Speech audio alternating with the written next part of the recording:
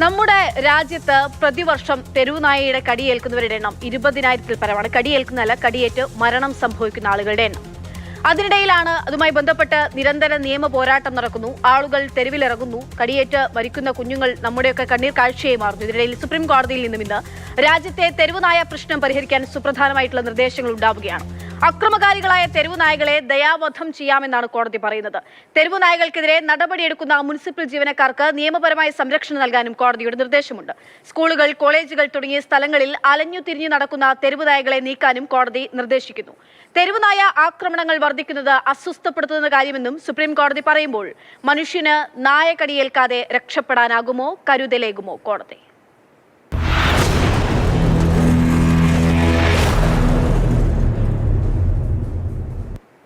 ഈ വിഷയമാണ് നമ്മൾ ഇന്ന് വിശദമായി ന്യൂസ് 224-ൽ ചർച്ച ചെയ്യുന്നത്.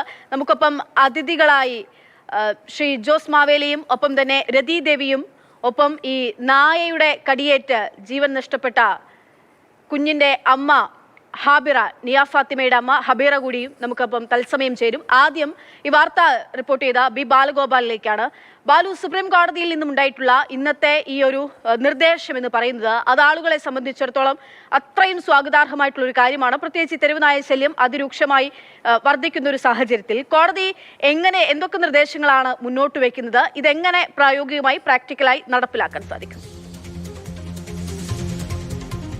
പക്ഷേ ഈ പ്രധാനമായും പറയുകയാണെങ്കിൽ സുപ്രീം കോടതി മുമ്പ് പറഞ്ഞ പല നിർദ്ദേശങ്ങളും ഇന്നത്തെ ഈ ഉത്തരവിൽ ആവർത്തിക്കുകയാണ് ചെയ്തിരിക്കുന്നത്. സുപ്രീം കോടതി പറഞ്ഞിരിക്കുന്നത് ഈ ഉത്തരവുകൾ നടപ്പാക്കാത്തതാണ്, അല്ലെങ്കിൽ ഈ ABC ചട്ടങ്ങൾ ഉൾപ്പെടെ നടപ്പാക്കാത്തതാണ് ഈ രാജ്യത്ത് ഇപ്പോൾ ഉണ്ടായിരിക്കുന്ന ഈ തെരുവുനായ പ്രശ്നവുമായി ബന്ധപ്പെട്ട പ്രതിസന്ധിക്ക് പ്രധാനപ്പെട്ട കാരണമെന്നതാണ്. സുപ്രീം കോടതിയുടെ ഉത്തരവിലെ പ്രധാനപ്പെട്ട ചില നിർദ്ദേശങ്ങൾ ഞാൻ പറയാം. അതിൽ ഏറ്റവും പ്രധാനപ്പെട്ടത് ഈ അക്രമകാരികളും അത് തന്നെ ആക്രമണോത്സുകത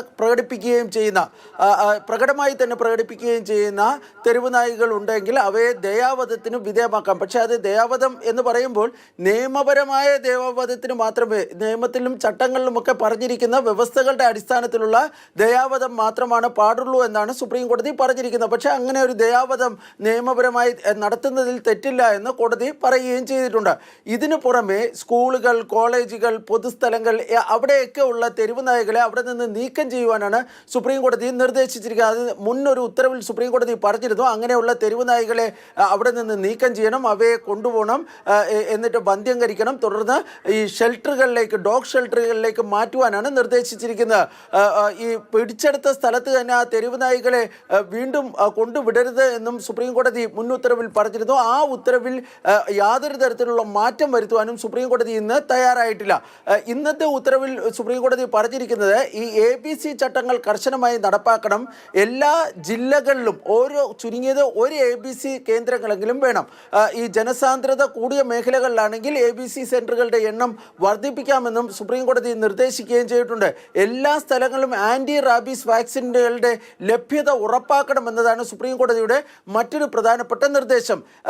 ഈ വളരെ ശ്രദ്ധേയമായ ഒരു കാര്യം കൂടി ഇന്ന് സുപ്രീം കോടതി പറഞ്ഞിട്ടുണ്ട്. അതായത് ഈ മുനിസിപ്പൽ കോർപ്പറേഷനുകളിലേക്ക് ജീവനക്കാർ അവർ ഈ അക്രമകാരികളായ തെരുവുനായികൾക്കെതിരെ നടപടിയെടുക്കുമ്പോൾ മൃഗസ്നേഹികളൊക്കെ അവർക്കെതിരെ കേസും മറ്റും നൽകുന്ന ഒരു സാഹചര്യം ഉണ്ടാകുന്നുണ്ട്.